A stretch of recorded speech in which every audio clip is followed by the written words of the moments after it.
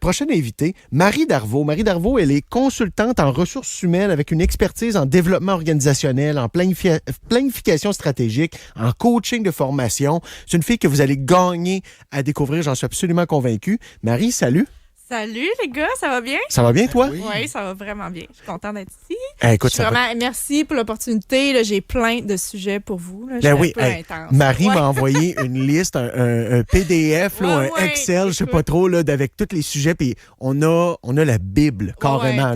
T'en as une trentaine, pas pire. Là, puis ce que j'aime, c'est que ça va nous enligner dans plein de directions différentes. Oui, ben c'est le but un peu. Je veux qu'on jase, tu sais, le but de la chronique, aujourd'hui, mais pour les autres, c'est je veux qu'on démystifie certains, soit sujets, tabous, je veux qu'on jase de choses parce que ce que je vois, c'est qu'il y a vraiment un discours qui se passe comme dans les livres ou dans on entend plein de discours, genre l'humain est important dans les marchés de travail, mais c'est pas ça qui se passe sur le terrain. Ouais, pas tout le temps. Non, pas tout le temps. Pas tout le temps, puis pas... Rarement même, je te dirais. Ah ouais, OK, à ce point-là? Ben oui, parce qu'il y a comme il y a vraiment une grosse différence en ce qu'on l'entend. Tu sais, avec la COVID, en plus, on était comme, puis je veux pas embarquer là-dedans, mais juste, il y a quand même une différence depuis 5-6 ans avec l'humain est important dans les organisations, puis on le voit, puis c'est super. Mais en même temps, on n'a jamais eu autant de burn-out. On n'a jamais eu autant d'arrêt de travail. Il y a beaucoup de monde qui change d'emploi, très souvent, en peu de temps. Il se passe de quoi sur le marché du travail? Puis c'est important d'en parler, je pense. C'est ça qu'il faut. Puis voilà, c'est un peu le but de la chronique aujourd'hui. Ah, puis c'est la beauté aussi des multi-chapeaux que tu as. Tu peux toucher autant l'aspect psychologique, parce que tu as étudié un peu là-dedans. D'ailleurs, c'est en initiation à la psychologie qu'on s'est connus. Hein? Boum, tu voulu renverser une deuxième fois. T'as pas passé ce cours-là. Non, j'ai pas passé. Non, il m'a abandonné. Oui, effectivement. Ouais, je l'ai abandonné en cours de session. Mais tu sais, j'ai tout depuis tantôt. Pas bien mieux, moi, là. Ouais, non, des cours coulés au cégep, j'en ai et plus qu'un. Mais j'en ai coulé aussi, là. Arrête, là. Ben, j'ai pas le diplôme, moi, là. OK. J'ai le diplôme, mais de peine et de misère, moi, là. Moi, j'ai quitté Marie en pleine session pour aller fixer le vide ailleurs, là. Disons, ça n'a pas été très, très productif ces années-là. Bref, du moins, j'ai tenté de me reprendre dans les années qui ont suivi. Aujourd'hui, on parle d'un sujet qui est tellement galvaudé comme concept, là. Oui.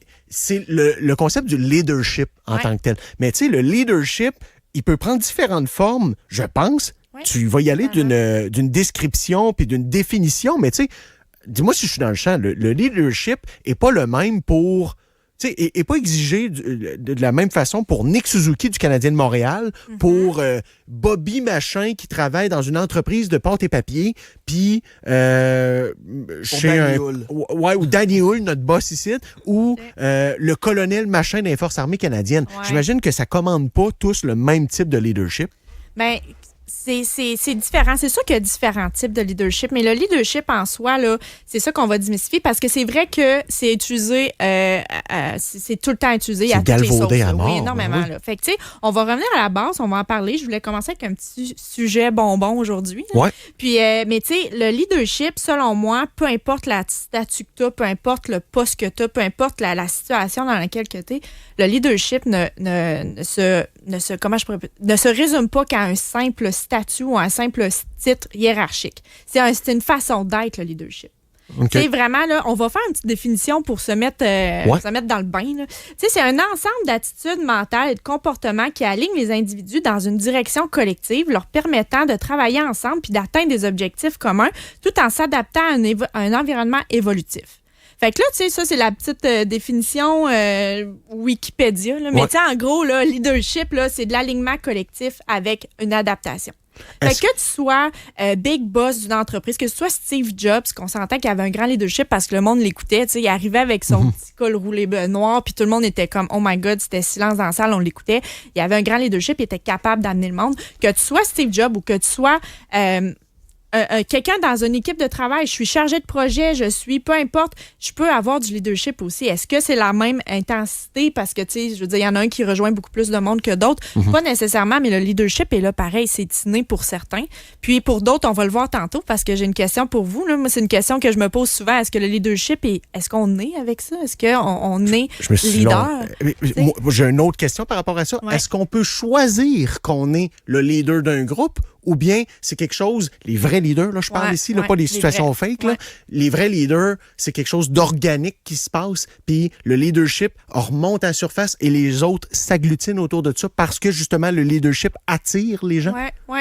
Ben, j'ai le goût de te dire avec mon expérience personnelle que je crois que le leadership attire le monde. Je pense pas que tu peux te nommer leader demain matin. Non, c'est ça. Est-ce que tu peux le devenir puis tu peux le travailler? Je pense que oui.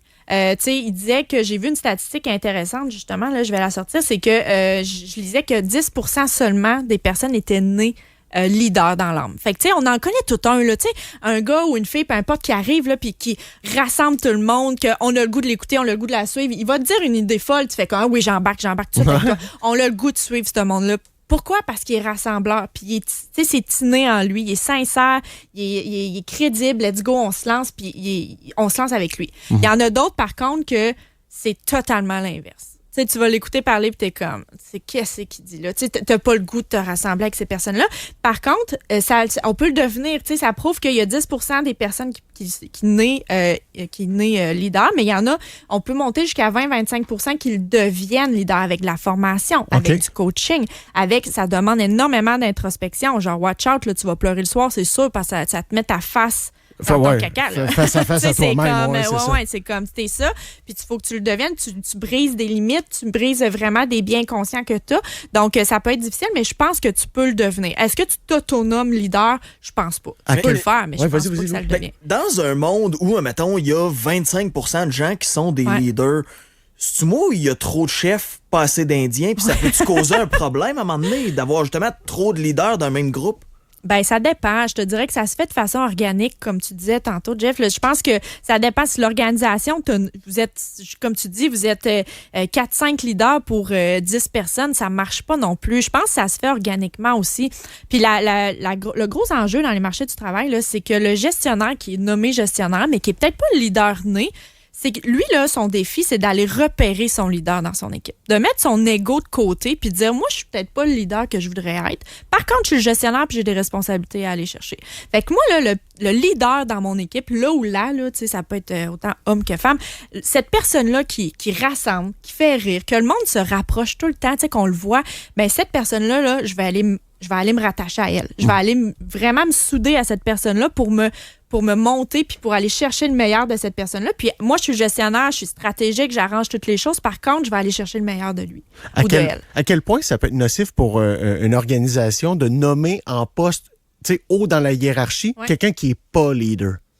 Ben, écoute, ça arrive, là, tu nous viens de me donner des chiffres que c'est sûr que ça arrive. Ben oui, ça arrive. Ben ça, écoute, ça dépend de plein de choses. Là. Est-ce que quand on nomme un gestionnaire puis il n'est pas leader, il faut se poser des questions. Tu sais, je pense que ce qui arrive aussi, c'est le marché du travail que je remarque beaucoup, c'est que les gestionnaires, puis appelle-le comme tu veux, directeur, gestionnaire, responsable, sont nommés dans ce poste-là avec énormément de responsabilités, beaucoup de pression sur le dos, tu as des humains à gérer, tu as du cash à faire, tout ça, mais on les outille pas. On les met là, puis c'est comme, bon, mais maintenant, tu es rendu gestionnaire de ci, gestionnaire de ça, tu sais, les chiffres, le monde, puis je pourrais vous arriver avec des statistiques, les gestionnaires qui partent en burn-out, qui partent en arrêt de travail, peu importe, sont énormes, c'est difficile. C'est-tu plus que l'employé kidam moyen qui n'est pas en poste d'autorité? Je veux pas te dire n'importe quoi, je te amènerai les statistiques la prochaine fois, je crois que oui, mais je veux pas te dire n'importe quoi. Fait que je t'amènerai ça. C'est cool. Mais tu sais, tout ça pour dire qu'il y a une responsabilité en tant qu'organisation, quand tu es la tête dirigeante, de t'assurer que tes gestionnaires qui sont nommés gestionnaires ou qui sont en poste, qui sont bien outillés. Moi, ça me fait capoter de voir ça. Là. Je suis comme, puis tu sais, j'en donne de la formation, je fais du coaching, j'accompagne ce monde-là, puis je suis comme, voir que tu n'as pas été outillé à ça, voir que tu n'as pas été formé pour ça. On a besoin de former ces gestionnaires-là puis ces leaders-là. Mais le leadership, encore une fois, l'angle mort du leadership que je trouve intéressant, c'est qu'on n'a pas besoin d'avoir un statut pour être leader. Là. C'est pas juste ça. On pense beaucoup, le leadership, c'est comme, c'est un gestionnaire nécessairement ou un directeur, directrice, peu importe. Non, tu peux être leader. Puis tu sais, le leadership, ça peut s'adapter. Tu peux être, toi, dans le fond, au travail, peut-être que tu te dis, moi, je fais ma petite poutine au travail, puis je suis heureux. Par contre, à la maison, je suis le leader de la gang. C'est moi qui lead la famille, c'est moi qui lead les amis, c'est moi qui organise toutes les parties, le monde me suit, puis tout. Tu peux l'être, c'est super. Le leadership, ça n'arrête pas à un poste, un titre. Je vais te donner un exemple que je pense bien réel. Oui. Ça fait maintenant 3 jours que la nouvelle mouture du Spacecast, c'est moi qui anime, mais c'est lui le leader de l'émission. 100%. Là. Oui, sur le booking, sur tout, man. Maintenant, t'es le leader de l'émission. Là. Ben, ça se peut qu'il ait pris un certain rôle dans l'émission. Puis que 100%, il dit que non, mais oui. Place. Mais c'est correct parce que toi, tu sais, ça se fait encore une fois organiquement parce que le prix, tu sais, vous allez trouver votre place puis ça se fait comme ça. C'est pour ça que quand tu me posais la question, il y a 8 leaders dans l'équipe, ben ça marche pas nécessairement de même. Là. Ça se fait très naturel. Là. Ça peut-tu, comment je peux dire? Tu sais, moi, je me sens zéro leader. Là. C'est pas, ça m'appelle pas. J'ai pas le goût de ça nécessairement. J'aime ça. J'ai toujours une fierté à être un bon soldat. Ouais. À quel point ça serait mauvais pour mon bien-être personnel de me forcer à l'être. Ben, ça serait très nocif parce que tu irais contre ta personne. Ça te grugerait énormément d'énergie. Tu sais, tu te rappelles, cette semaine, quand on s'est parlé, je disais, c'est d'identifier qu'est-ce qui te donne de l'énergie, qu'est-ce qui te motive, qu'est-ce qui t'allume. Puis t'as aussi l'autre partie qui est qu'est-ce qui te gruge de l'énergie. Puis ça, c'est dans la vie de tous les jours. Là. C'est en coaching que je vois ça bien souvent. Fait que ça, toi, ça te grugerait d'énergie. C'est hyper nocif pour toi. Tu finirais brûlé, épuisé, écœuré, à bout. Par contre, c'est ça, c'est de développer ça, puis c'est d'apprendre à se connaître. Ça, c'est dans tout. Là. C'est, si tu vas être gestionnaire, tu vas être n'importe quoi. Apprends à te connaître, apprends à savoir c'est quoi qui te gruge d'énergie, puis c'est quoi qu'au contraire, il t'en donne. Puis toi, ben, regarde, tu le dis ouvertement, c'est super, ça. Tu te connais, fait que tu le sais. Fait que moi, je t'offre un poste de leadership demain matin, ou pas de leadership, mais plutôt, excuse-moi, de gestionnaire qui demande un certain rôle de leader, veut pas, parce que tu as une équipe à gérer et tout. Lève la main, puis non. Moi, j'ai donner des consignes aux gens. Puis, tu sais, ça fait un peu partie du rôle d'un leader, je pense, là, de dispatcher, puis, tu sais, d'assigner des tâches. Là. C'est un peu... c'est plus que d'assigner des tâches, c'est de dire, on a une certaine job à faire, la voici, comment que je m'arrange pour que ce beau monde-là veuille faire la job. Non seulement il y a les tâches à faire, mais que ça leur tente de faire, puis qu'ils soient motivés, puis qu'ils veulent être performants à la faire. C'est ça aussi, le leadership. C'est pas juste de dire, en fait, c'est pas être leader, de dire voici ta tâche, c'est ça que tu as à faire. Lundi matin, on se rencontre, c'est ça. C'est pas ça. Ça, c'est un gestionnaire pur et dur. Il va juste s'assurer que les suivis soient faits. C'est sa job aussi, c'est correct. Par contre, comment le principe du leadership, ça dépasse le gars qui fait les horaires. Oui, totalement. Comment je m'arrange pour que toi, là, tu tripes. Je veux que tu tripes. Au final, moi, je suis gestionnaire, exemple, je suis directrice demain matin.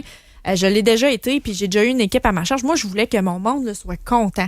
C'était des jobs, des fois, j'avais des tâches de marde à donner. Tu sais, on a toutes des tâches administratives poches. T'as pas le choix de la faire, la maudite tâche. Mais comment je m'arrange pour que je passe ça, puis qu'il aime ça pareil, la personne, elle va le faire, mais que ça soit pas trop lourd, puis qu'elle va être contente, puis que, tu sais, moi, je suis tout à gagner de ça. Penses-tu que ce principe-là, il est applicable en 95? Tu sais, pas du point de vue que ça n'aurait pas été intelligent à l'époque, mais tu penses-tu que le marché du travail s'est tellement transformé au courant des dernières années? C'est centré. On dirait que les humains ont plus le goût de vivre leur vie plutôt que de travailler pour la gagner. Là. Tu comprends ce que je veux dire? Totalement. Et est-ce que tu penses que ce principe-là, est-ce que le leadership s'est transformé dans nos années? Oui, je pense que oui. Il s'est transformé. On l'a vu, on le voit différemment aussi. Ça, on pourrait parler, c'est un de mes sujets, les intergénérations, parce que je veux pas, un baby boomer ne verra pas la même chose qu'un jeune. Puis on tombe pas d'un tabou quoi que ce soit. C'est prouvé. Ils communiquent pas de la même façon. Ils travaillent pas de la même façon, il ne voit pas le leadership, il ne voit pas la hiérarchie, si on veut, de la même façon. Fait que oui, ça change beaucoup avec le temps. C'est pas du tout, on tombe, tu sais, avant, là, on parlait beaucoup, on voit beaucoup des petites images comparatives de le boss puis le leader.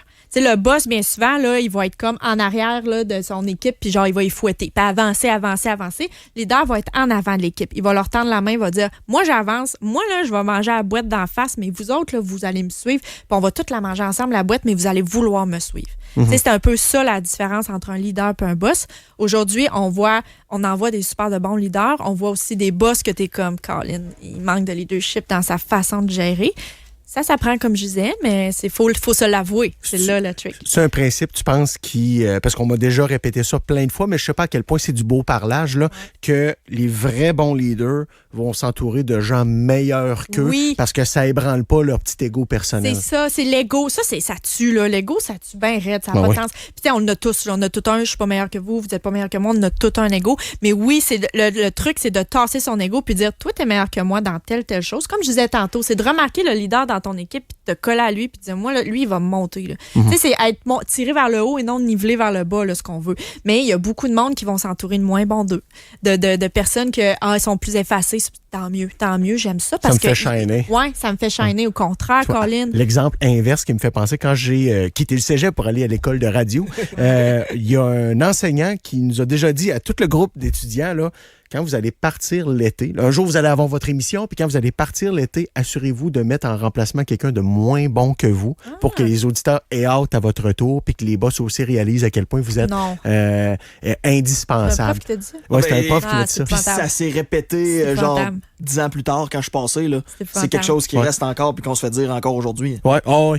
Ben ça me tue. Moi, ça vient me chercher, là, genre, c'est impossible parce que Colin, comment tu peux avancer? Tu sais, la vie, le but de la vie, puis dans toute sphère, c'est de t'accompagner de personnes meilleures que toi pour t'améliorer. Ça, puis aussi, tu sais, à quel point t'es fragile. T'as des vacances comme 4 semaines, man. Si les gens t'oublient en dedans de 4 semaines, le problème est plus grand que ton remplaçant. Le problème, c'est probablement plus toi que l'autre. Tu sais, c'est ça l'affaire. Fait qu'à un moment donné, faut que tu te mettes la face. C'est ça, je te dis, ça demande de l'introspection, là, savoir. Tu sais, puis un leader, c'est. Souvent, les leaders ne savent pas qu'ils sont leaders. Tu sais, c'est pas. Tu t'autonomes pas leader. Le monde te suit. Un leader qui s'autonome leader en partant, ça fait pas très leader. Red flag. C'est ça. T'as pas envie de suivre le gars qui dit suivez-moi tout le monde. Non, exactement. Qu'est-ce que tu penses des organisations? Parce que je sais que c'est une façon de fonctionner. Peut-être moins 2025, là, mais moi, j'ai déjà eu un patron qui aimait fonctionner comme ça. C'est-à-dire de garder à l'interne un climat de compétition entre le monde pour que les autres veulent se passer par-dessus les autres pour donc se dépasser. Donc, c'est bon pour l'entreprise, mais ça génère bien de la marde. Diviser pour mieux régner un peu. Là. Ouais, j'en ai vu des organisations comme ça. Écoute, ça, c'est des climats que...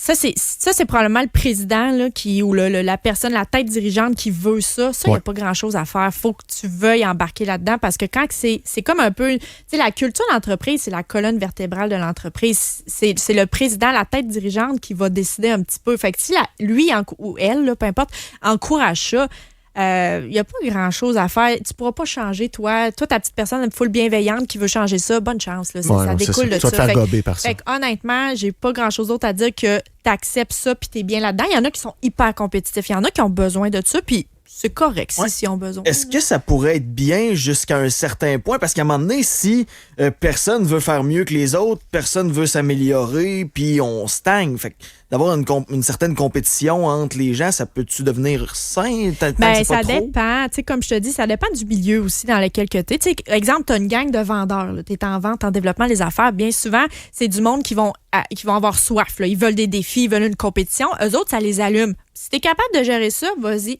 Par contre, dans d'autres milieux, tu peux pas faire ça. Fait que, tu sais, le but, encore une fois, du leader, c'est de s'assurer que tout le monde s'améliore, tout le monde devient meilleur sans créer une espèce de jeu de jeu malsain de genre on se bitch un peu dans le dos là puis c'est qui est meilleur que l'autre puis dès que tu as l'occasion de poigner dans le dos puis pas une poignée mais un coup de poignard dans le dos. Fait que c'est là aussi le leader de dire comment je peux vraiment mixer mon équipe pour qu'ils veuillent tous se surpasser, mais sans que ce soit malsain. Fait que, tu sais, il existe plein de trucs, là. Il y a plein d'affaires aujourd'hui. Il y a des co-développements, des séances de co-développement. Ça, c'est que tu réunis toute ton équipe puis on co-développe ensemble. Exemple, je t'envoie faire une formation, toi, Louis, la formation X, je sais pas quoi. Tu arrives avec tout ton bagage, tu as fait 2 jours de formation. Là, on co-développe. Viens me montrer ce que tu as montré dans ta formation. Qu'est-ce que tu as trippé dans ta formation? Ah, OK. C'est quoi fait que là, on est ensemble puis on apprend ensemble. Puis là, t'échanges. Puis là, hey, attends, moi, ça m'allume ce côté-là de la formation, peux-tu m'en dire plus? Là, tu vas, tu sais, on s'alimente entre nous. C'est ça le but, c'est de s'alimenter, avoir une énergie qu'on s'alimente, puis qu'on s'alimente positivement sans caler l'autre. Tu es allé faire la formation, tu as la certification, moi, je ne l'ai pas, mais aide-moi donc. Tu sais, pourquoi que tu m'apprendrais pas ce que tu as vu? Du partage de connaissances. Exactement. C'est du coup, c'est un style de co-développement, peu importe, ça existe. Il y a plein de façons de faire maintenant où on échange ça, puis on s'alimente de ça. C'est fou, ce qu'ils font, le monde qui ont des vrais jobs. Hein? C'est vraiment enrichissant, puis positif. OK, j'étais un peu shaké. Comment, je te fais une mise en situation, comment dealer avec, mettons, tu es une gestionnaire d'une équipe, puis dans ton équipe, tu as quelqu'un là, qui est employé, salarié, là, qui fait partie de la gang, mais qui est un leader. Là, je vais faire une parenthèse, ou plutôt une comparaison de hockey. Là. Quand tu as ton capitaine, mais que tu as un genre de capitaine non officiel dans l'équipe, là, il se crée une division dans le vestiaire, puis là, le coach peut perdre son vestiaire. Peut-être que l'exemple est boiteux, mais tu comprends. C'est-à-dire que tu as un leader non officiel, non hiérarchisé, on se comprend. On se comprend, on le fait. C'était pas un ACV, là, je me suis déjà fait rire. OK, c'est bon, merci de me le dire. mais tu vois, genre, tu sais, comment dealer, composer avec ça? Parce que on vient à l'ego, il y en a qui pourraient être ébranlés par ça. Là. Ouais. Ben, tu sais, c'est là où ce que le gestionnaire en haut de ces personnes-là, c'est de reconnaître les forces et faiblesses de chacun puis d'essayer de trouver la place de chacun dans ton équipe de travail. Là. C'est ça aussi. Tu sais, le leadership aujourd'hui, en 2025, là, une des plus grandes, on parle d'empathie, beaucoup dans les caractéristiques recherchées chez un leader, pardon. Fait que c'est vraiment d'être empathique envers l'autre puis de comprendre l'autre et tout. Mais c'est aussi l'adaptabilité. C'est de s'adapter à chaque personnalité. C'est là que c'est difficile parce que chaque personne est différente. Tu as une équipe de 5 personnes, ça se fait quand même bien. Tu as une équipe de 20, 30, 50 personnes. Wow, attends, attachez bobette parce que là, c'est pas la même game. Fait que c'est là où ce que ça devient quand même relativement difficile, mais un leader né ou un leader qui a appris à le devenir peut vraiment jongler avec tout ça, puis apprendre de ça, puis mettre les employés dans... J'aime pas dire l'expression, mais vous allez comprendre, mettre les employés dans les bonnes cases, c'est-à-dire dans les bonnes places pour que lui se développe, soit bien, puis que l'autre puisse aussi être dans la case à côté, plutôt sur le siège à côté, puis être bien aussi. Mais ça, c'est tout un talent. Là. C'est un talent, j'appelle ça de méthode de recruteur, là, parce que c'est trouver une capacité que peut-être même la personne ne sait pas qu'elle a. Oui, mais c'est ça. Mais ça, comment tu fais ça, tu penses? C'est que tu connais ton monde. Ouais. Tu deviens humain. Tu sais, c'est ça, le leadership. Tu es capable aussi de te projeter. C'est une façon d'imaginer, OK, telle personne, si je la développe, elle va atteindre tel niveau. Totalement. Puis, tu sais, c'est d'être humain. Tu sais, moi, je te pose des questions, je veux savoir t'es qui.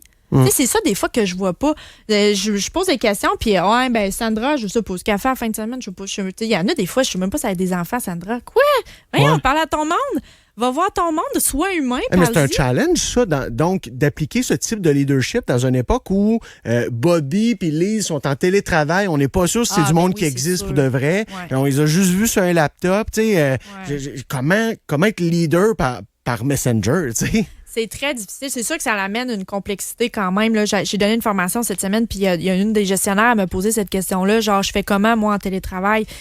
C'est sûr que c'est un défi supplémentaire, mais il y a des trucs, encore une fois. Est-ce que tu peux imposer une rencontre, si c'est possible, une rencontre aux 2 semaines pour au moins qu'on se voit en personne? Est-ce que, tu sais, c'est de créer des canaux de communication fiables puis solides? C'est-à-dire, est-ce que si tu fais par Teams, écris par Teams, peut-être à tous les matins. Tu sais, le but, c'est de garder une proximité puis un côté humain malgré la technologie. Fait qu'est-ce qu'à tous les matins, hey, bon matin, comment ça va, gang? Je vous souhaite une belle journée. Pourquoi tu poses pas? Tu sais, c'est ça, on brainstormait, elle puis moi, dans la formation, puis j'étais comme, pourquoi tu poses pas des questions genre, hey, vous avez fait quoi hier soir? Ou, hey, avez-vous vu tel article? Tu partages l'article, vous en pensez quoi de ça? Tu sais, de garder une certaine proximité puis d'alimenter des discussions, puis c'est comme ça qu'on apprend le monde. Tu sais, c'est comme ça que moi, je te pose la question, t'as fait quoi en fin de semaine? Ah ouais, t'as fait ça. Ah oui, t'étais avec tes filles, parfait. Puis moi, lundi, comment c'était avec tes filles, la fête de ta petite, exemple? Hein, elle s'est rappelée de ça, mais c'est ça, être humain, puis c'est d'être sincère là-dedans. Tu sais, moi, c'est ça aussi, là, le leadership, c'est de s'intéresser au monde, mais d'être sincère puis d'être authentique dans cet intéressement-là. Je vais inventer un mot comme toi. Là. Ouais. C'est pas un non plus.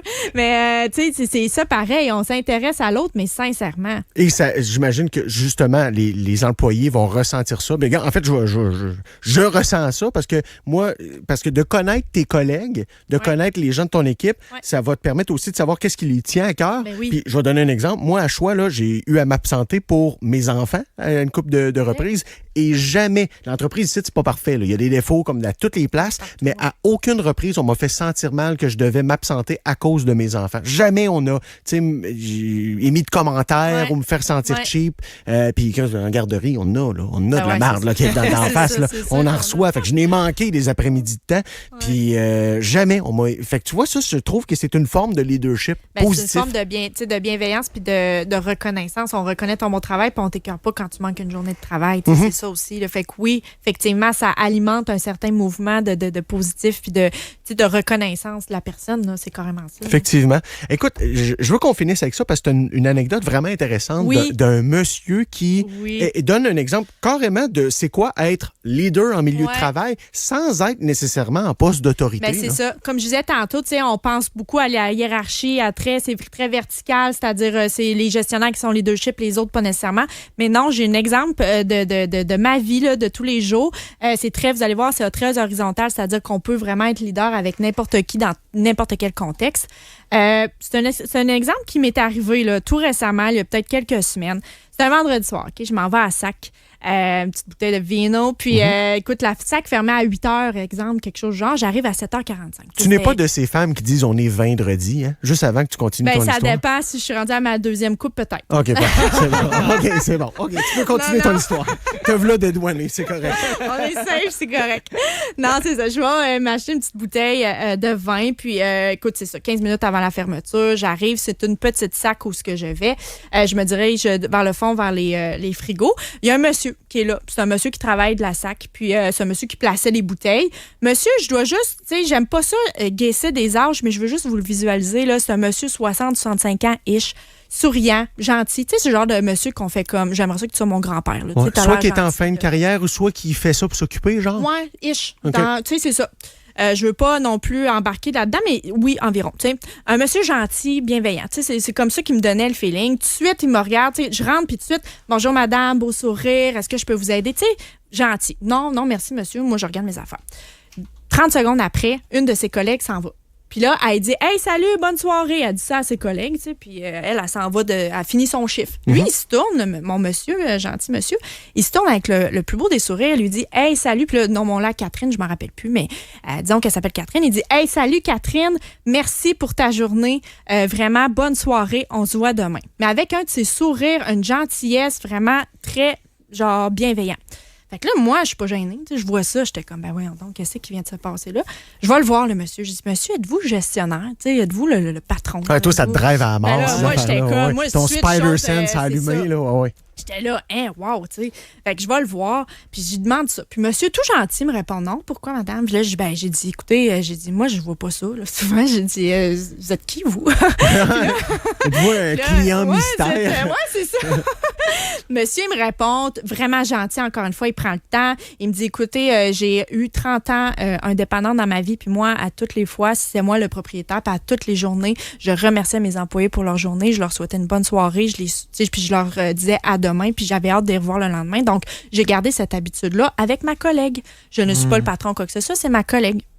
Puis là, j'étais quand même, monsieur, je sais pas si vous réalisez, mais genre, c'est incroyable, ça. C'était sincère. Puis pourquoi je vous explique ça, c'est que oui, c'est beau le geste, le sourire du monsieur, tout ça. C'était la sincérité puis l'authenticité en arrière de ça qui m'a marqué. Il était réellement sincère c'était bienveillant, c'était gentil. C'est ça qu'on veut. C'est des petits gestes de même qu'on veut en organisation. Bon pour la rétention, bon pour le bien-être des employés au travail. Le climat, tu sais, je vais aller travailler. Moi, je vais aller placer des bouteilles avec lui. Là. Je suis comme, voyons donc, je trouvais ça incroyable. Puis attendez de voir la suite, là, OK? Parce que moi, j'ai une petite suite à cette histoire-là. Moi, tout bonnement, j'écris ce post-là, j'écris cette petite histoire-là très courte sur LinkedIn. LinkedIn qui existe. Oui, à ma grande surprise, ça, LinkedIn, là, c'est pas... Genre, ouais. Ah oui, elle est sur LinkedIn, puis elle paye un abonnement premium sur LinkedIn. Oui, ça m'arrive. Moi, ça me fascine, ça. On n'est pas dans ce monde-là, nous autres. Non, mais LinkedIn, ça marche. Écoute, moi, je pose cette petite histoire-là. Écoute, ça a été liké au-dessus de 1000 fois. Ça a été partagé pas loin d'une trentaine de fois. Je pense que j'ai recherché, j'ai reach out pas loin de 80 000 personnes avec ce post. Il y a 80 000 personnes sur LinkedIn? Ouais, déjà. Déjà là, wow, première nouvelle. Non, mais je veux pas... le but, c'est juste pour vous montrer à quel point ça a touché le monde. Puis la SAC a repartagé. La SAC m'a écrit, personnellement. Il m'a demandé c'est dans quelle succursale j'étais allée. Parce qu'il allait remercier le monsieur, il y allait le reconnaître sa bienveillance, puis reconnaître ça, à quel point il était fier, la SAC, de représenter des personnes comme lui qui travaillent dans une succursale.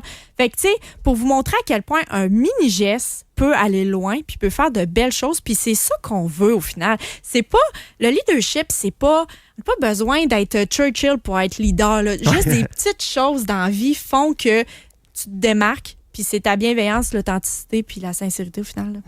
Hey Marie, très intéressant. C'est vraiment une bonne introduction pour les chroniques que tu vas faire avec nous. Ça me fait plaisir. J'ai hâte de voir où tu vas nous emmener de semaine en semaine, partout, carrément. Puis les gens aussi, éventuellement, là, je pense que ça pourrait être le fun d'ouvrir les lignes avec toi. J'aimerais ça, puis j'ai le goût de le dire parce que j'ai des réseaux sociaux. Là, je suis sur LinkedIn avec mon nom, Marie Darvaux. J'ai ouvert une page Facebook pour le fun. Le but, c'est de...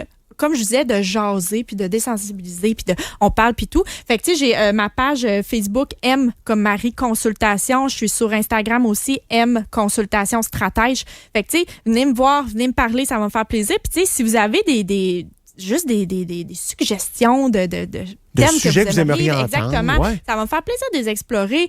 Si vous avez des histoires aussi à me raconter, tu sais, des fois, ça peut être des histoires cocasses. À un moment donné, j'avais pensé à ça. Peut-être qu'on pourrait faire une émission sur des histoires cocasses qui arrivent dans le marché, dans le milieu du travail. Il y en a qui peuvent être très drôles. Tu sais, j'en ai moi-même. Fait que, tu sais, ça peut être très drôle. Puis, tu sais, on n'embarque pas dans la confidentialité, rien. On reste dans juste, on a du fun. Fait que, tu sais, il y a plein de sujets qu'on pourrait parler.